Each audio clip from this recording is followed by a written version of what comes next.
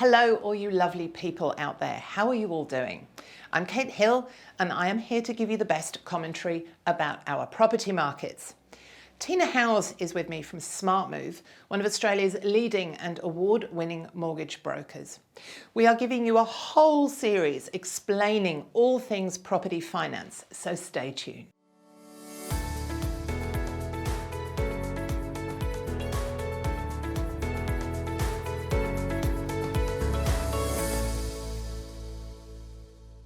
Hello everyone and welcome. I am here today, as advertised in the intro, with Tina from SmartMove to talk to you about all things property and finance. Hello, Tina. Hey, Kate. Great to see you again. Likewise. So we have a hot burning topic for you today. It is possibly the most asked question I think that we are both getting at the moment, and I don't see that easing anytime soon. It's, of course, all about interest rates and property prices. Now, interest rates and rate rises are all over the news, social media and radio. You literally cannot avoid the topic at the moment. I think because they obviously all know that we're going to click on it immediately. Absolutely. The question really is, should this stop you from investing in property? Tina has prepared some responses for us to some of those most asked questions and perhaps concerns around a topic that is, like I say, likely to be around for a little while. So Tina, share your amazing wisdom with us and I'll chip in as and when necessary. It's a big one. Okay. All right. So I guess my suggestion to you is take what the media says with a grain of salt. Totally. They're really trying to scare people at the moment with that whole clickbait. Yeah. And it's really hard to get a balanced approach out there. Obviously you want to stay informed. So I encourage you to diversify where you're getting your sources of information from. Right. Listening to some great podcasts at the moment, from a variety of sources, because it's also very important to say, well, is it in this bank's interest to keep lending money? So if that person's coming out and saying rates are going up and property values are going down, you always kind of want to understand where the person's coming from and whether they have an ulterior agenda. Okay? So likewise, what I'm about to say, take it with a grain of salt, because I want to keep lending money and Kate, you want to keep selling properties. So my point here is not that I'm not trustworthy. It's more just when the newspaper is telling you something, be really careful of just taking it for what it's. Absolutely. And the newspapers and the media, wherever you're reading this, their sole goal is to get your attention. And they're going to do that with the most dramatic headline that they can, basically. Yeah. So if somebody came to me and said, Tina, rates are on the way up. I'm nervous about property prices coming down. But we really just can't live in our 2-bedroom apartment anymore because we've got so many, we've got more children than we can fit in the rooms. We've outgrown the space. But I'm nervous. So what I would say to those people is, okay, well, if we're looking at the next property, are you looking to hold on to it for absolute minimum 5 years, ideally 10 years? Are you looking to buy something that's going to be a long-term investment? If the answer is yes, then I would say it doesn't matter if the property goes up or if it goes down. That's only relevant if you're looking to sell it. If you're living there, the value of it means nothing. As long as you can afford your repayments and you can, be in that property cycle long enough to ride through the wave, then it doesn't matter if you buy the property and there's a slight dip in prices because too many people have read the articles in the papers scaring people. So that would be my first point. Make sure that you're buying this asset for the long term. Yes. If you said, no, I just want to buy it for a few years because then we're likely to, need to upgrade again because we've got more children on the way or whatever the purpose is, then I would probably suggest to sit tight, reevaluate, and maybe come back to me once you've established that. I mean, Kate, you're the property expert in terms of property values. What's the average cycle in terms of? Yeah, absolutely. There's no such, the average cycle really, again, I'd say there's no such thing, right? I mean, Sydney tends to flatline for 10 years, do nothing, and then boom. Adelaide will creep up 2, 3, 4%, maybe 3.5% year on year. Brisbane does something quite similar, but then not the whole of Brisbane, markets. Yeah. Ideally, you're holding these investments just like your owner occupied property for 10, 15, 20 years. Things are going to go up and down. Yeah. That's it, right? Yeah. And we have had, when you look historically at interest rate rises, which, I think there will be some first homeowners who have been in an environment of low interest rates for some time. We are still historically at very, very low interest rates.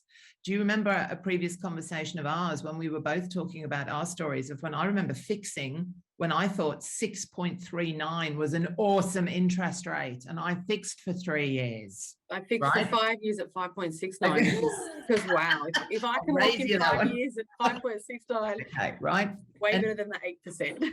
And everyone knows the story of when interest rates were 17% and, so things are going to go up and down during these cycles, right? You can't have a freak out every time the economy does something that you might not be used to for the past couple of years. No. Inflation is going to go up and down. We've just been through a global pandemic. There will be something else within the next decade that will shake the foundations of how we live. Yeah. Whether that's a war, another pandemic, something will happen that we can't even imagine. You cannot let yourself be put off from A, living your life, and B, securing your financial future because of these, dare I call them, relatively minor hiccups in the grand scheme of things. That is my comment on the issue. But I know it feels like it's the end of the world right now because they've gone up by, tiny little amount. They're going to keep going up. You're already being assessed by the banks at a much higher rate. A lot of people have already factored that in. A lot of people are way ahead on their repayments, right? So things are going to go up and down, the end. Yeah. Now. Okay.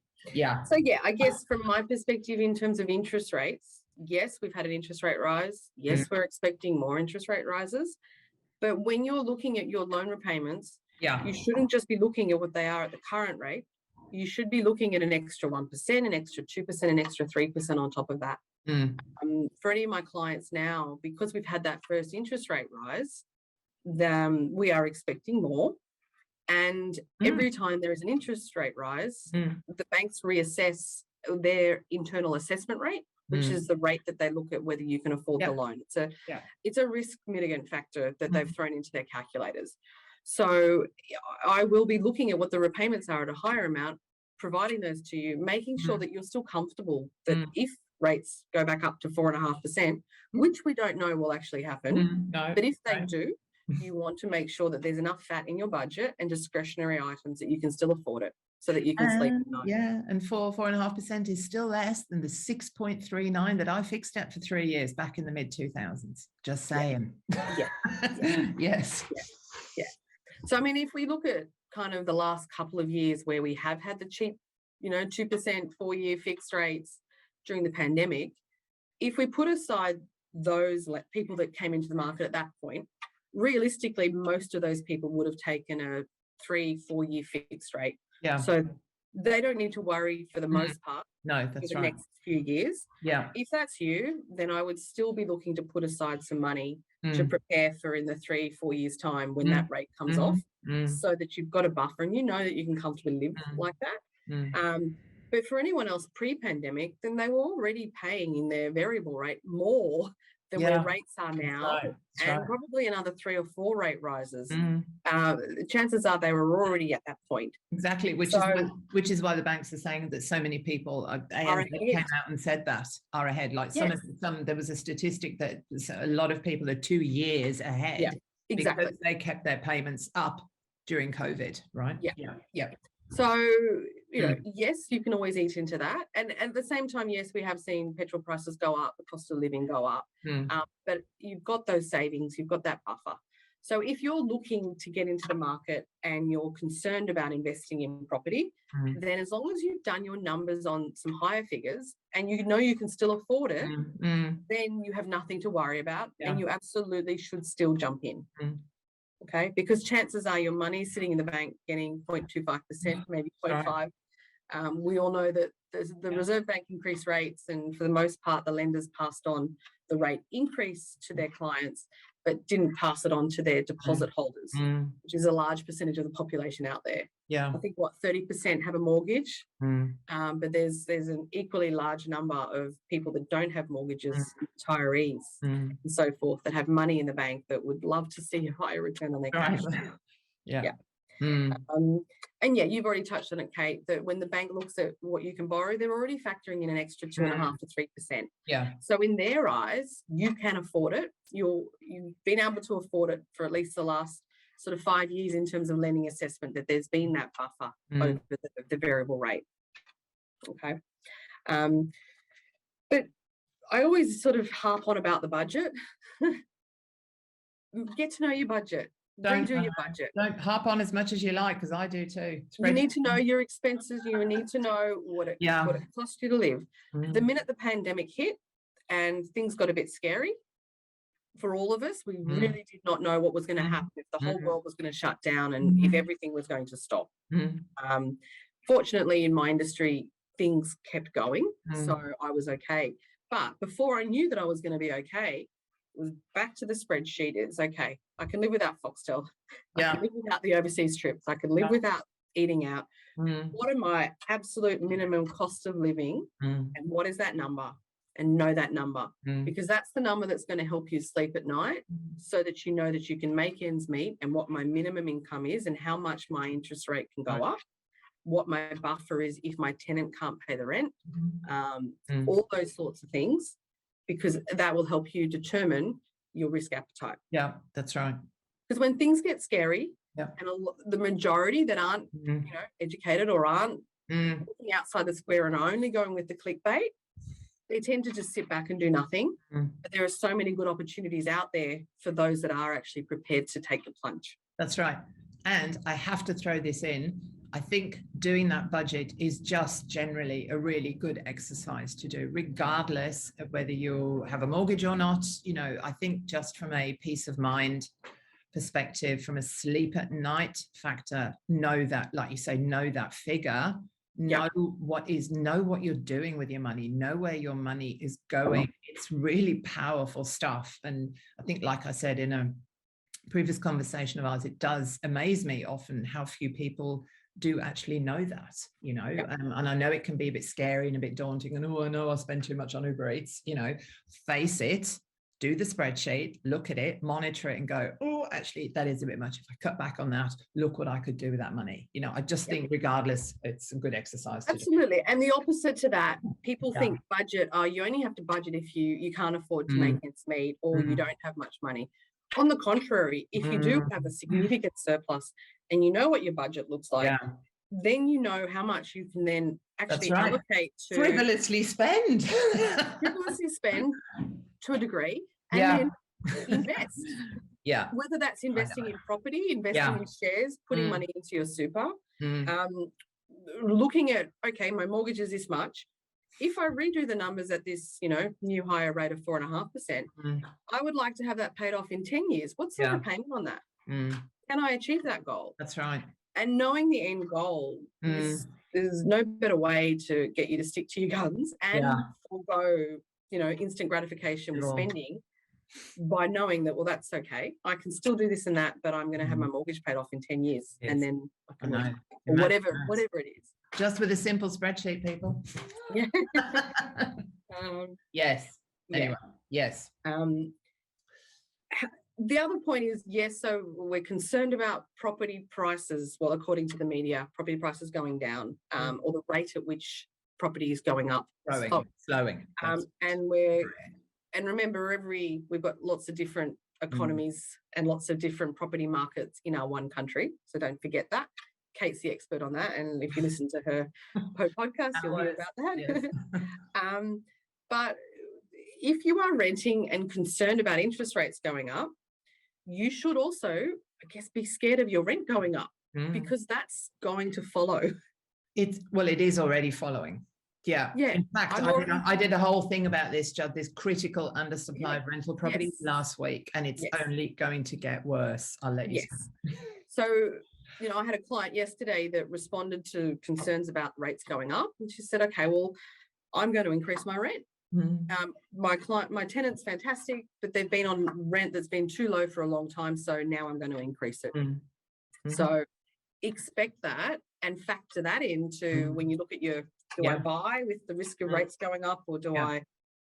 So yes, absolutely. And I have to stress that is going to keep getting worse for tenants, better for landlords.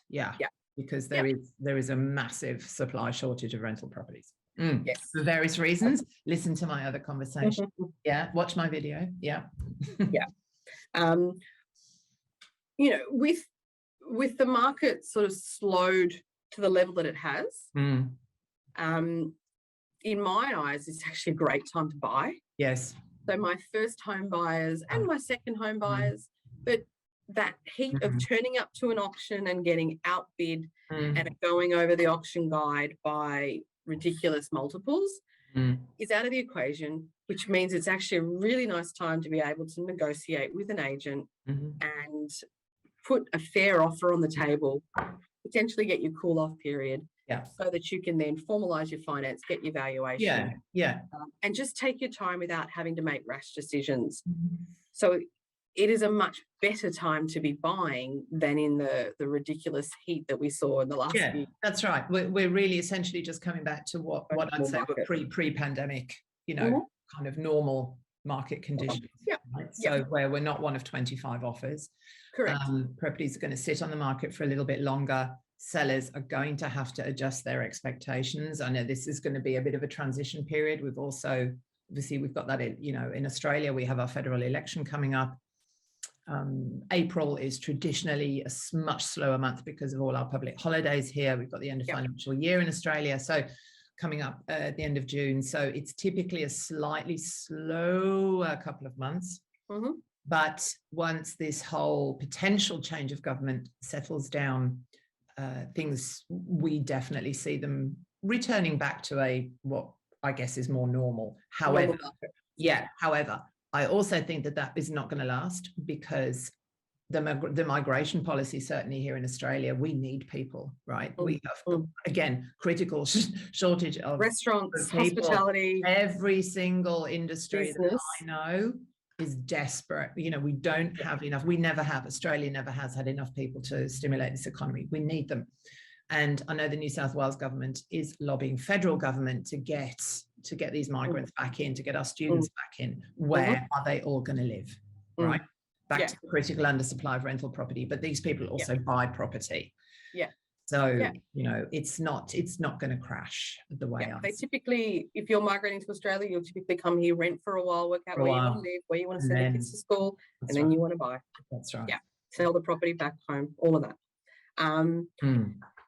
Probably a nice thing at the moment is when you do go and see your finance advisor, your mortgage broker, and they tell you what your borrowing capacity is and how much of a deposit you need. The heat being out of the market means that if the answer is you just don't have enough money yet, go and save a bit more. You actually have the time now, because the market is not just going up ridiculously to the point where by the time you save it, it's just kept going up and you're chasing your tail. You've actually now got the time to make smart decisions and come back in 6 months or come back in 12 months. And that's a normal environment. Yes, that's right. Whereas the last 2 years, it's almost been a case of just do whatever you can to get in, because your cash is going backwards and the property's going up. So, and look, and I also think, you know, the key to what you said earlier just now, which I agree with 110%, is that, you know, the rate of growth is slowing. That's, you know, things are just stabilizing. It's not, you know, you're not talking about a decline in property prices at the moment in any of the markets that, you know, we're certainly buying in. It's like you said, it's just a slowing in the growth. Things are still going up, just not crazy growing up. They're just, you know, there is still strong fundamental demand for blue chip properties. Yeah, absolutely. I've got a client looking at a property at the moment, Sydney Inner West, 40 people at open house. There was a queue to go into the bathroom. Yeah. And you look at Yes. pictures on this, it's a beautiful property, great location, 3-bedroom, freestanding house. It ticks a lot of boxes, and there's still a lot of people out there that are looking to get into the market. That's right. And it will go for over the auction guide. Just the same way, 12 months ago or pre-Christmas it would have. That's right. Okay. Yeah. So, to summarize, I would say the fundamentals of why you buy property have not changed. If you have a stable income, stable employment, a good sized deposit, you can afford a loan, factoring in extra rate rises and more average level of rates, then now is as good a time as any to buy. Agreed. Yeah, completely agree. There we go. I think I've said my piece throughout this whole conversation of nice. So I'm gonna end my lecture. Yes, agreed. So let's think of it as things just returning to a kind of normal. Really, that's the way I agree. Yeah, and all those fundamentals, like you say, absolutely still there in all those good areas. Economies are doing really well. Jobless figures are better than they've been, as good as they've been since the 1970s. So things are definitely looking pretty good. Thank you, Tina. Awesome. Okay. Awesome. We will talk to Tina again really, really soon, and we'll say bye for now. Bye, Kate. Bye, everybody. I really hope that you found all of that useful. Tina is a mind of information. She and I will bring you lots more videos explaining all things property finance. Don't forget to leave us a comment and a question. And don't forget to hit the subscribe button, and also just give us a little like on the video if you are enjoying the free content. And we will see you really soon. Bye.